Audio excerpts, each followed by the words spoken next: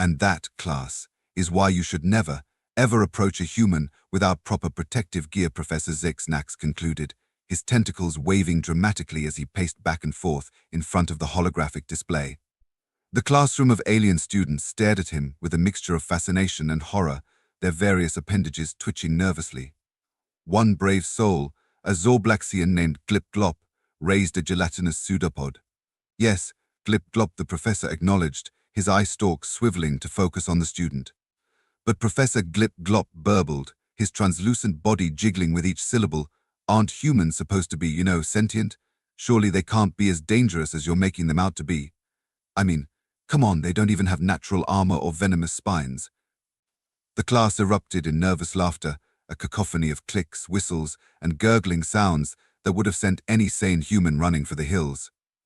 Professor Zixnax waited for the noise to die down, a wry smile, or what passed for one in his species spreading across his face. Ah, Glip Glop.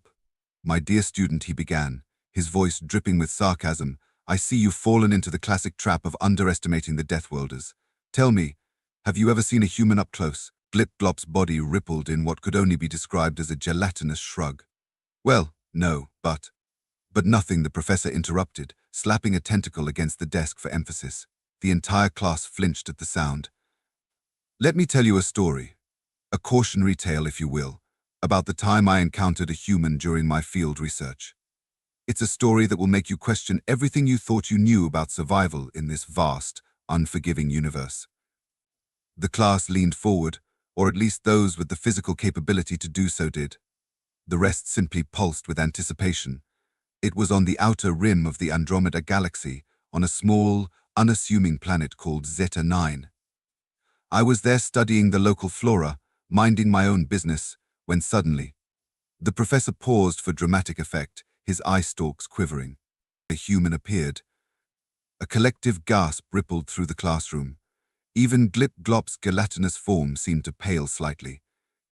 Now, I know what you're thinking, Zixnax continued, his voice taking on a mocking tone. Oh, but Professor, humans are so small and squishy.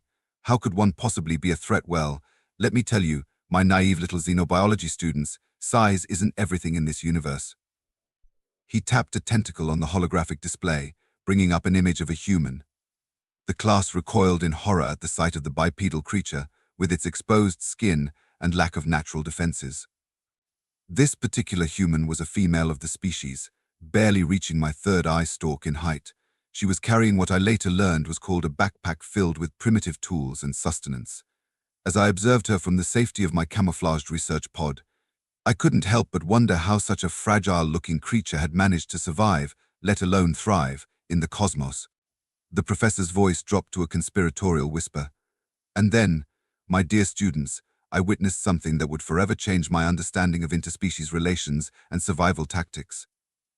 The class was so quiet you could hear a Florian spore drop.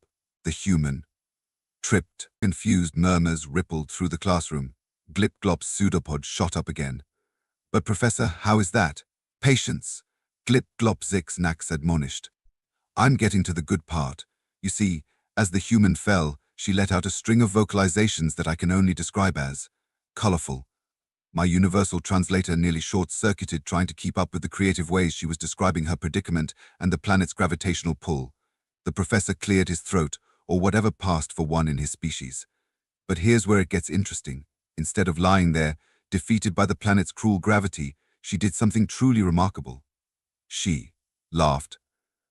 The class exchanged bewildered looks. Laughter in the face of potential injury. It was unheard of. Oh yes, my puzzled pupil, Zixnax continued, warming to his topic. She picked herself up, dusted off her strange outer coverings, and continued on her way as if nothing had happened. But that's not even the most astonishing part. He paused again, savoring the suspense. As she walked away, she began to sing. The classroom erupted in a cacophony of shocked exclamations. Singing? After a near-death experience with gravity? It was madness. Oh, but it gets better, the professor said, his voice rising above the din. The song she chose. It was about falling down and getting back up again. Can you believe it? These humans have actually developed art forms celebrating their ability to survive minor calamities. Glip Glop's entire body was quivering now. Whether from fear or excitement, it was hard to tell. But Professor, he burbled, how does this make them dangerous? It sounds like they're just resilient. Zixnax fixed all four of his eye stalks on Glip Glop. Ah, my gelatinous friend. That's precisely the point. Their resilience, their ability to laugh in the face of danger, to create art from adversity, these are the very things that make humans so formidable. They don't just survive, they thrive on challenges. And that, my dear students, is what makes them the most dangerous species in the known universe. The professor turned back to the holographic display, pulling up a series of images showing humans in various environments from the deepest oceans to the highest mountains, from scorching deserts to frozen tundras. Observe, class. These Deathworlders have adapted to every conceivable environment on their homeworld. And not content with that, they've set their sights on the stars. They're expanding across the galaxy faster than any species we've encountered before, all while whistling their merry tunes and cracking jokes about the void of space. He zoomed in on an image of a human space station. They build these fragile-looking structures in the unforgiving vacuum of space, and then what do? They throw parties in them. Can you imagine? Celebrating in an environment that could kill you in seconds if something went wrong. The class was hanging on his every word now, their earlier skepticism replaced by a mix of awe and terror. But Professor, a timid voice piped up from the back of the room. It belonged to Exist, a Voltarian exchange student whose entire body crackled with barely contained electrical energy. Surely their technology must be far superior to ours if they can achieve all this. Zixnax let out a sound that might have been a chuckle, if chuckles sounded like a garbage disposal trying to grind up a metal spoon. Oh, Exist, you sweet summer child. That's the most terrifying part of all. Their technology? It's held together with the equivalent of string and prayers. He pulled up another holographic image, this time of a human device labeled duct tape. This, class, is one of humanity's greatest inventions. A sticky substance that they use to repair everything from minor household items to critical components on their spacecraft. I kid you not, I've seen them patch hull breaches with this stuff. The class stared at the image in disbelief. How could any species be so reckless, so cavalier about their own safety? But that's not even the half of it. Zixnax continued, really getting into his stride now.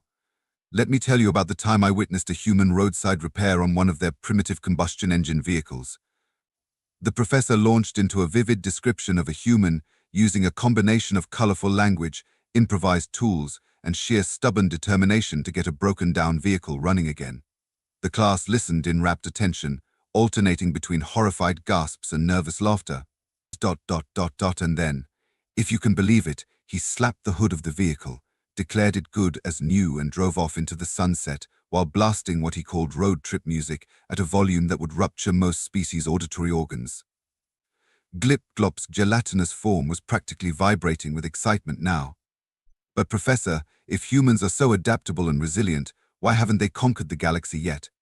Zixnax's eye stalks swiveled towards Glip Glop, a look of what might have been pride gleaming in them. An excellent question, my curious cephalopod. The answer, like most things involving humans, is both simple and utterly baffling. He pulled up a new holographic image, this time showing a diverse group of humans engaged in what appeared to be a heated debate. You see, class, humans have this peculiar trait.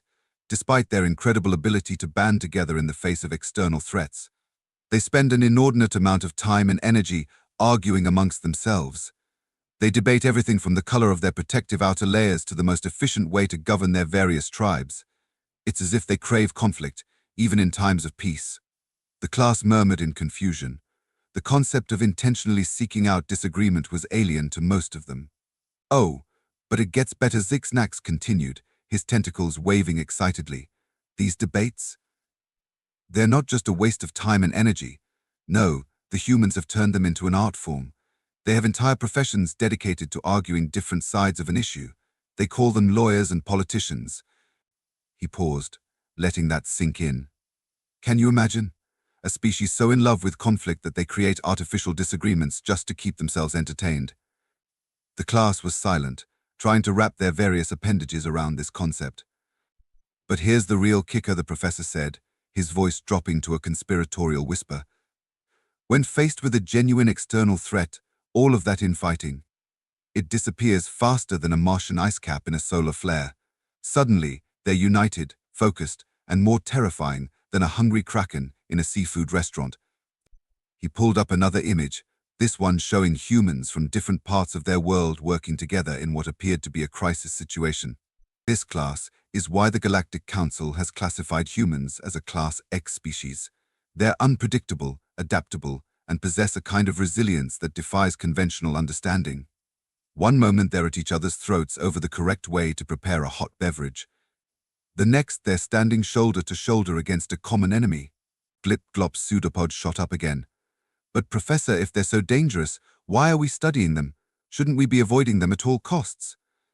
Zix-Nax fixed all four of his eye stalks on Glip-glop, a look of grim determination settling over his features.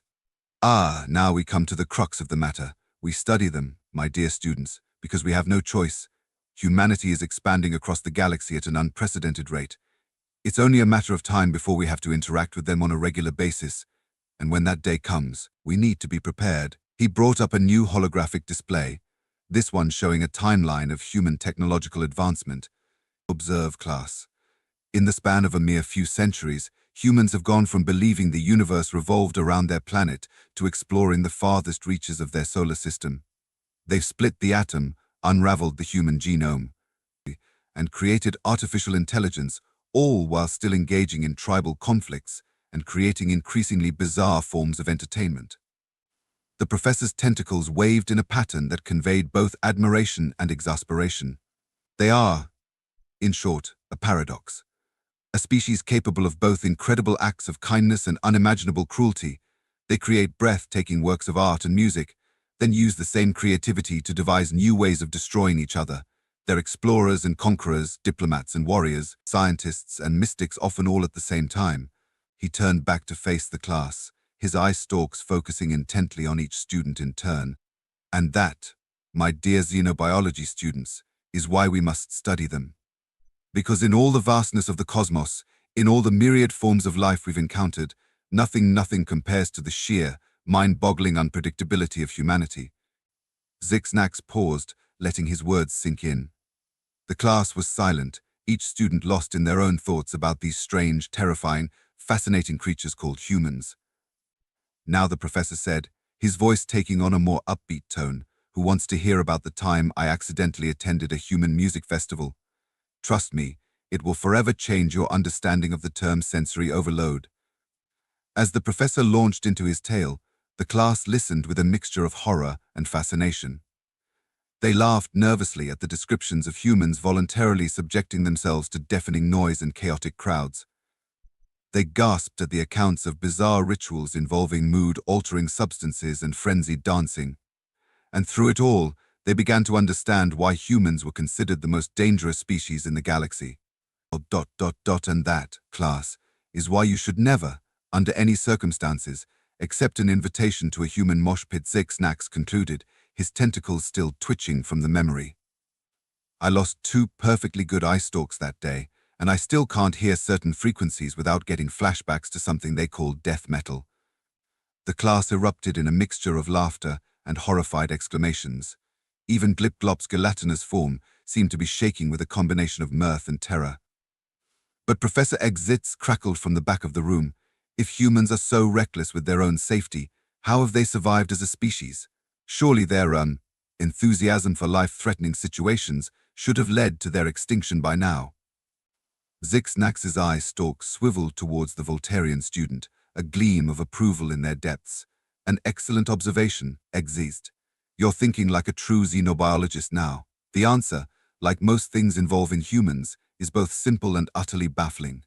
He brought up a new holographic display, this one showing a montage of human medical facilities and scientific laboratories. You see, class, humans have this remarkable ability to learn from their mistakes eventually.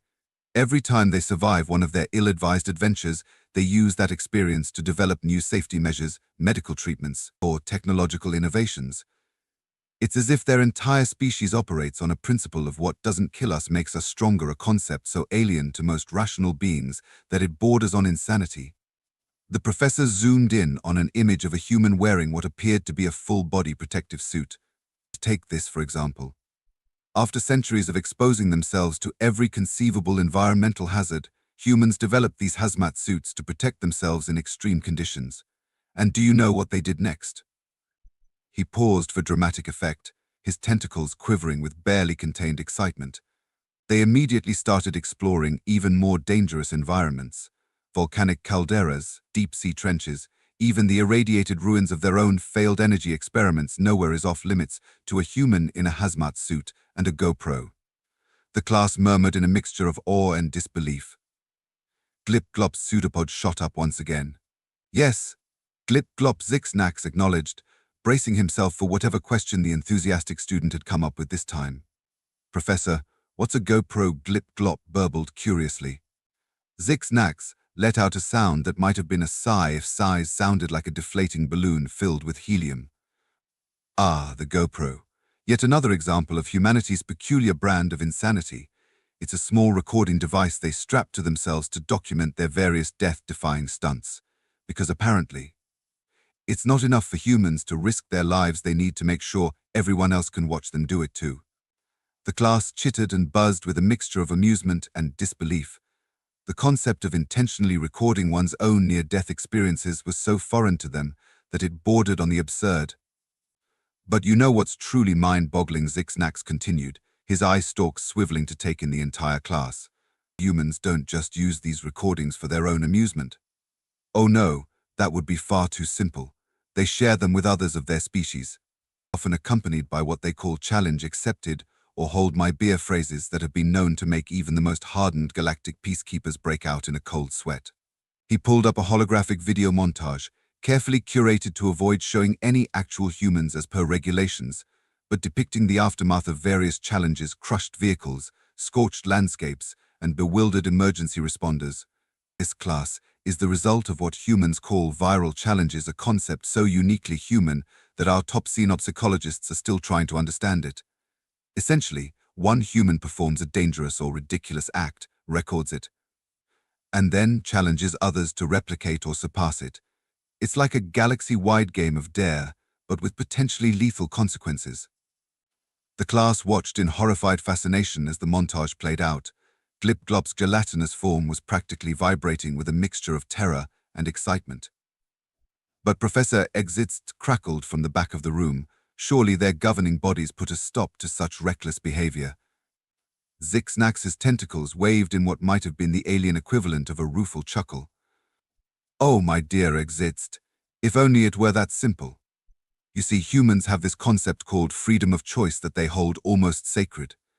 Their governing bodies can try to discourage these behaviors, but ultimately, they believe that individuals have the right to make their own decisions, even if those decisions involve jumping off tall structures with nothing but an elastic cord tied to their ankles. The professor paused, letting that sink in. The class was silent, trying to wrap their various appendages around the concept of a species that valued individual choice over collective safety. But here's the truly fascinating part, Zixnax continued, his voice taking on a tone of grudging admiration.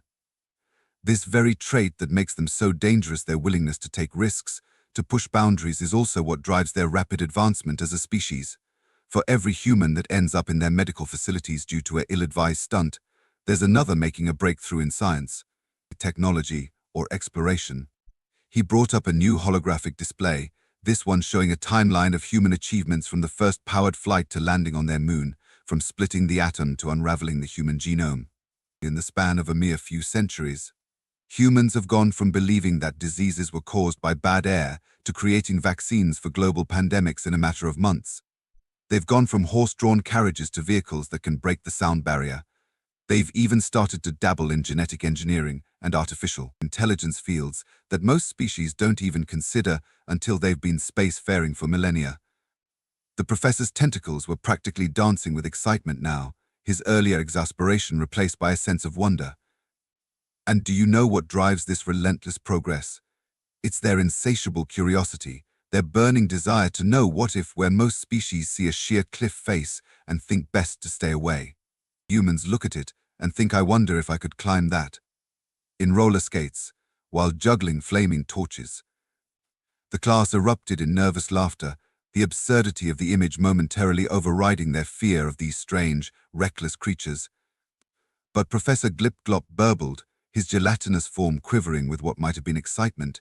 If humans are so adaptable and innovative, why hasn't the Galactic Council recruited them to help solve some of our biggest challenges? Surely their unique perspective could be valuable. Zix-Nax fixed all four of his eye stalks on Glip-Glop, a mixture of pride and concern evident in his gaze. Ah, Glip-Glop, you continue to ask the most insightful questions. The answer, like most things involving humans, is complicated. He brought up a new holographic display, this one showing various alien species interacting with humans in what appeared to be diplomatic settings. You see, the Galactic Council is, well, let's say they're cautiously optimistic about humanity's potential. On one hand, humans have shown remarkable problem-solving abilities and an uncanny knack for thinking outside the box, a human idiom that basically means considering solutions that no sane species would ever contemplate. The professor's tentacles waved in a pattern that conveyed both admiration and exasperation. For example, when faced with the challenge of exploring the depths of their oceans, most species would develop sophisticated remote-controlled probes. Humans? They built pressurized metal cans, climbed inside them, and dove right in. When they realized that wasn't deep enough, they invented special suits that let them swim around in crushing pressures that would turn most species into organic paste. He paused, letting that sink in. The class was silent, each student trying to imagine the kind of mindset that would lead to such solutions. On the other hand, Zix-Nax continued, his voice taking on a more serious tone. The Council is concerned about the potential consequences of involving humans too deeply in galactic affairs. You see, humans have this remarkable ability to, how should I put this, escalate situations. He brought up a new image, this one showing what appeared to be the aftermath of a human conflict, crumbling buildings, scorched earth, and debris scattered as far as the eye could see. This is the result of what humans call a minor disagreement. Can you imagine what they might do if faced with some of the challenges we're grappling with on a galactic scale? There's a very real concern that their solution to, say, the Borgaxian space slug infestation might involve something along the lines of nuke the entire site from orbit, another charming human idiom that sends shivers down the spines of galactic peacekeepers. The class murmured nervously, the reality of humanity's potential for destruction finally sinking in.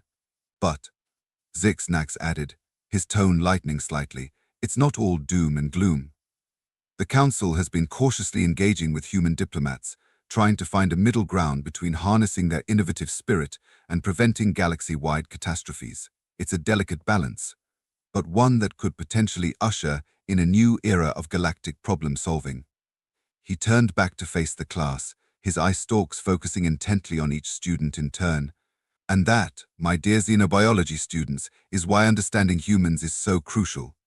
They are a species of contradictions capable of both incredible acts of kindness and unimaginable destruction, of foolish recklessness and awe-inspiring bravery.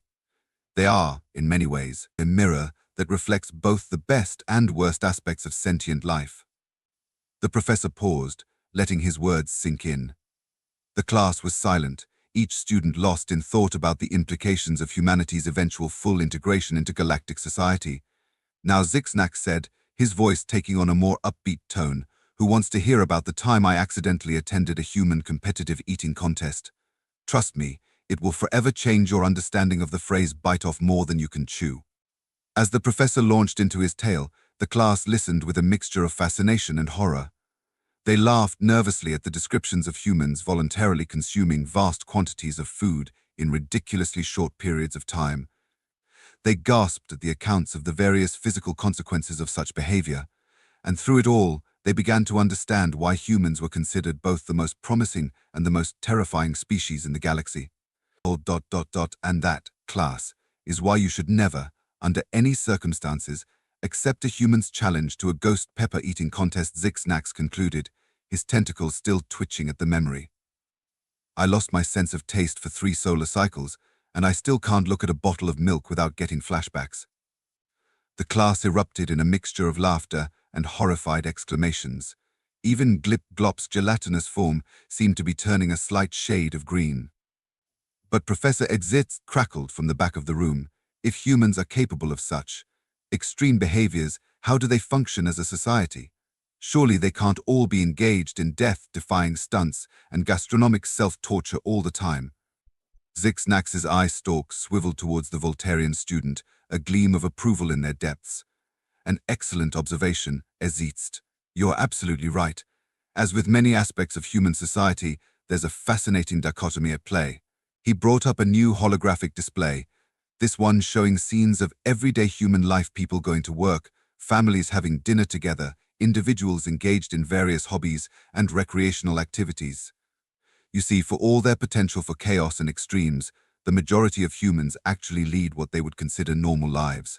They have jobs, families, hobbies, much like any other sentient species. The key difference is the underlying potential for, let's call it, spontaneous adventure that seems to be hardwired into their DNA. The professor zoomed in on an image of a human office environment. Take this, for example. On the surface, it looks like a perfectly ordinary workplace.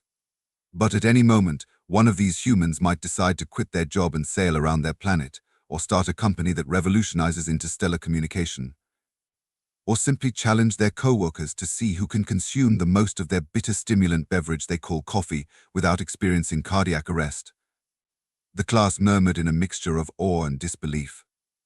The concept of such unpredictability in everyday life was both thrilling and terrifying to most of them. But here's the truly remarkable thing, Zixnax continued, his tentacles waving excitedly. This very unpredictability, this potential for sudden change and innovation, is what makes human society so resilient. Where most species might crumble in the face of unexpected challenges, humans seem to thrive on them. They have a saying, necessity is the mother of invention, and let me tell you, they take that concept to extremes that would make most logical beings question their sanity. He brought up another image, this one showing humans in various emergency situations, natural disasters, technological failures, even conflicts. In situations where most species would panic or shut down, humans display a remarkable ability to adapt and overcome. They form impromptu communities, share resources, and come up with ingenious solutions to problems on the fly. It's as if the more challenging the situation, the more their true potential shines through. The professor's voice took on a tone of grudging admiration. I once witnessed a group of humans turn a broken-down space freighter into a functional hydroponic garden and miniature ecosystem when their life support systems failed. They managed to survive for 3 solar cycles before rescue arrived, subsisting on what they called space potatoes and recycled water.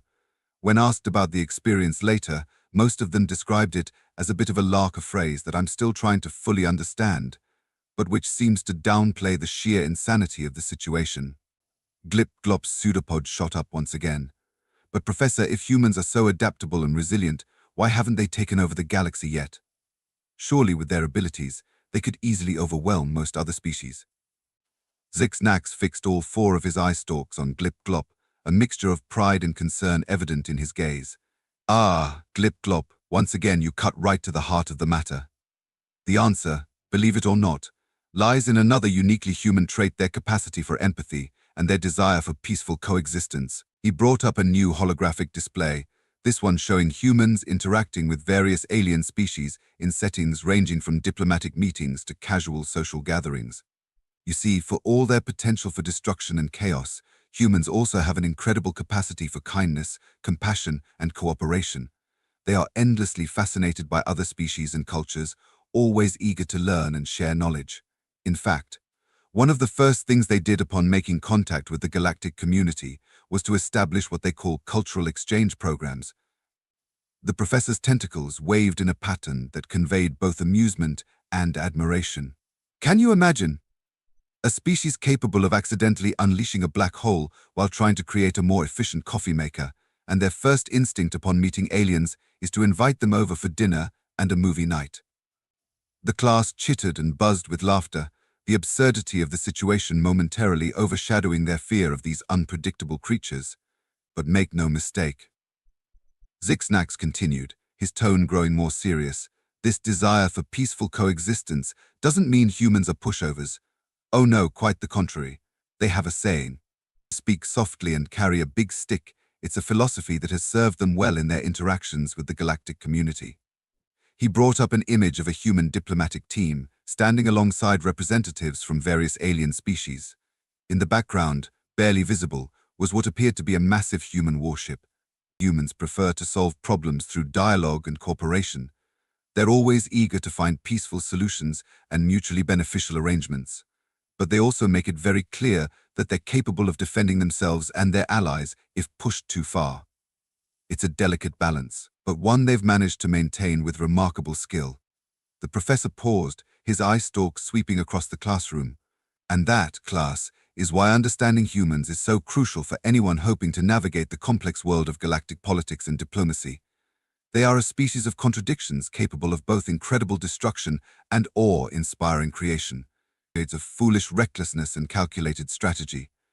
They are, in many ways, a mirror that reflects both the best and worst aspects of sentient life. Zixnax's voice took on a tone of cautious optimism. As humanity continues to expand its presence in the galaxy, it will be up to species like ours to learn how to interact with them effectively, to harness their creativity and adaptability while helping to channel their more destructive tendencies in positive directions. It won't be easy, but if we succeed, it could usher in a new era of galactic cooperation and advancement. He turned back to the holographic display, bringing up a final image of vast starfield, with the silhouette of a human ship visible against the backdrop of countless worlds. So remember, my dear students, when you encounter a human in your future careers, whether as xenobiologists, diplomats, or whatever path you choose to follow, approach them with caution, but also with an open mind. Be prepared for the unexpected, but also for moments of surprising insight and compassion. And above all, never, ever underestimate them. Because in the vast tapestry of galactic life, humans are the wild thread that could either unravel the whole thing or weave it into something more beautiful than we could ever imagine. The professor's tentacles waved in a gesture of conclusion. And with that, class, I believe our time is up for today. Your assignment for next week is to research human idioms and their potential implications for interspecies communication. And please, for the love of all that's holy in this universe, do not attempt to practically test any human life hacks you might come across in your research. I don't want to have to explain to the dean why half the class is in the medical bay again.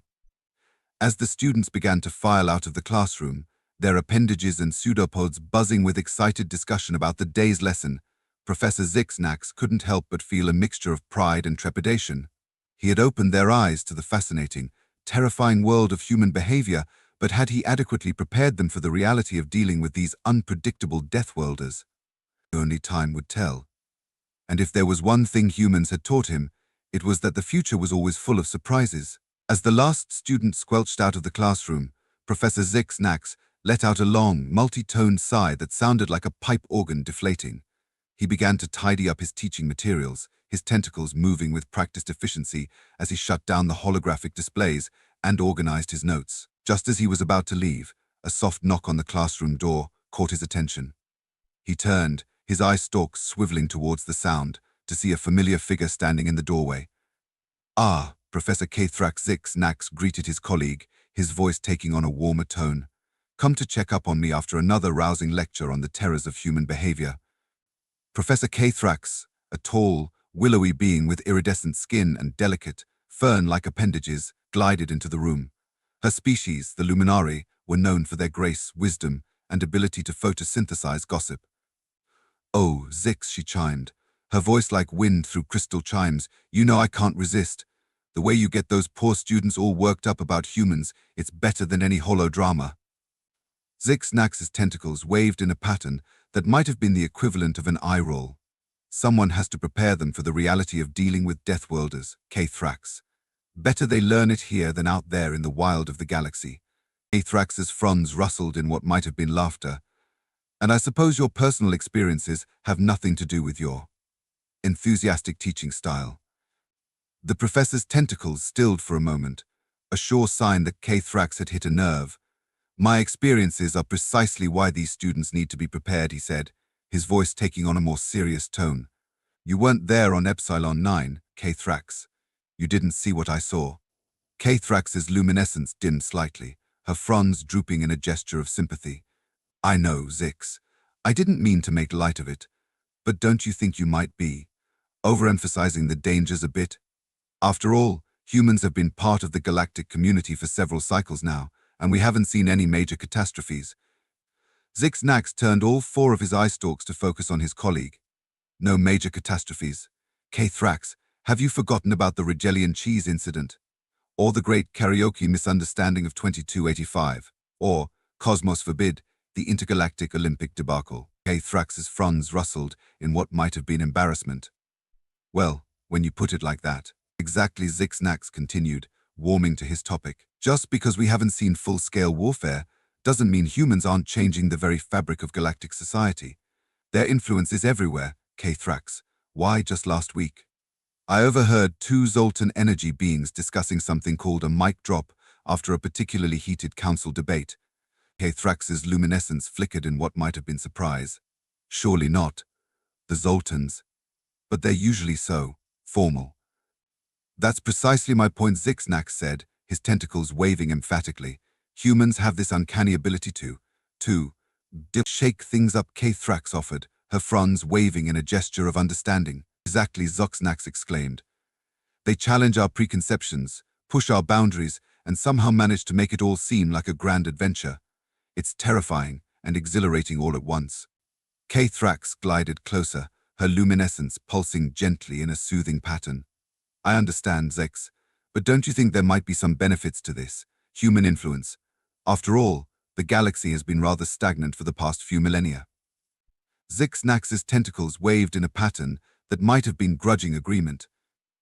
I suppose you have a point. The humans' penchant for innovation has led to some rather impressive advancements. Did you hear about their latest FTL drive design? It's based on something they call quantum entanglement. Apparently, it could reduce interstellar travel times by up to 37%. K-Thrax's fronds perked up with interest. Really? That's fascinating. But how did they even come up with the idea? Zix-Nax's eye stalks rolled in what might have been exasperation. Oh, you're going to love this.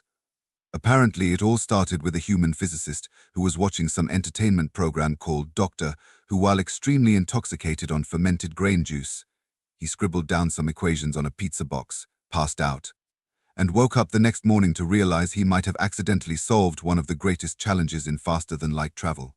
K-Thrax's luminescence flickered rapidly, a sure sign of her amusement. You can't be serious. I wish I wasn't, Zix-Nax replied, his tentacles waving in a gesture of resignation. But that's humans for you. They stumble across galaxy-changing innovations in between binge-watching holo shows and consuming alarming amounts of caffeinated beverages. K-Thrax's fronds rustled thoughtfully. You know, Zix, the more I hear about humans, the more I think we might be approaching this all wrong. Maybe instead of trying to contain their chaos, we should be learning how to channel it. Zix-Nax's eye stalk swiveled to focus on his colleague, a mix of surprise and intrigue evident in his gaze. Channel it? What do you mean? K-Thrax's luminescence pulsed with excitement. Well, think about it. Humans seem to thrive on challenges, right? So why don't we give them some? There are plenty of problems in the galaxy that have stumped our best minds for centuries. What if we presented these to the humans as, what do they call it? Hackathons. Zix-Nax's tentacles waved in a pattern of consideration. You might be onto something there, K-Thrax, but who would oversee such a project? We'd need someone who understands human behavior, someone who can anticipate their unique approach to problem solving. There was a moment of silence as the two professors looked at each other, the same thought clearly forming in both their minds. Oh no, Zix-Nax said, his tentacles curling defensively. No, no, no. I know what you're thinking, K-Thrax, and the answer is absolutely not. K-Thrax's luminescence brightened, her fronds waving in a gesture that might have been the luminary equivalent of puppy dog eyes. But Zix, you're perfect for it. You understand humans better than anyone else on the faculty. And think of the research opportunities. Zix-Nax's tentacles waved in protest, but it was clear his resolve was weakening. It would be madness, he muttered. Complete and utter madness. Can you imagine the paperwork involved? The safety waivers alone would probably violate several intergalactic treaties. But think of the potential breakthroughs, K-Thrax pressed, her voice taking on a persuasive tone. And besides, isn't that what you're always telling your students? To be prepared for the unexpected when dealing with humans. Zix-Nax's eye stalks drooped in resignation. I suppose I would be something of a hypocrite if I didn't practice what I preach, wouldn't I? Thrax's luminescence pulsed with triumph. That's the spirit. Just think, Zix, you could be at the forefront of a new era of galactic innovation. Or the epicenter of an unprecedented disaster, Zix Nax grumbled, but there was a note of excitement creeping into his voice. That's the beauty of it, Thrax chimed. With humans involved, it could be both. Now, shall we go present our idea to the dean? As the two professors left the classroom, their voices fading down the corridor, neither of them noticed the small, spider-like drone that had been quietly recording their entire conversation from a corner of the ceiling. Thousands of light years away, in a nondescript office on Earth, a human woman smiled as she reviewed the footage. Ambassador Sarah Chen, Earth's representative to the Galactic Council, leaned back in her chair, a mischievous glint in her eye. Well, she murmured to herself. Looks like our little plan to shake things up is working even better than we hoped. Time to take it to the next level. She tapped a few commands into her computer, sending a message that would soon have the entire human diplomatic corps buzzing with excitement. The subject line read Operation Cosmic Chaos Phase 2 Initiation, as Sarah sat back, sipping her coffee, her fifth of the day. But who's counting? She couldn't help but chuckle. If Professor Zix Nax thought humans were unpredictable now, he hadn't seen anything yet. The galaxy was about to get a lot more interesting, and humanity was going to be right at the center of it all. After all, as any good human knew, the best way to predict the future was to create it yourself, and if that creation involved a little chaos, well, that was just part of the fun. The adventure was only just beginning,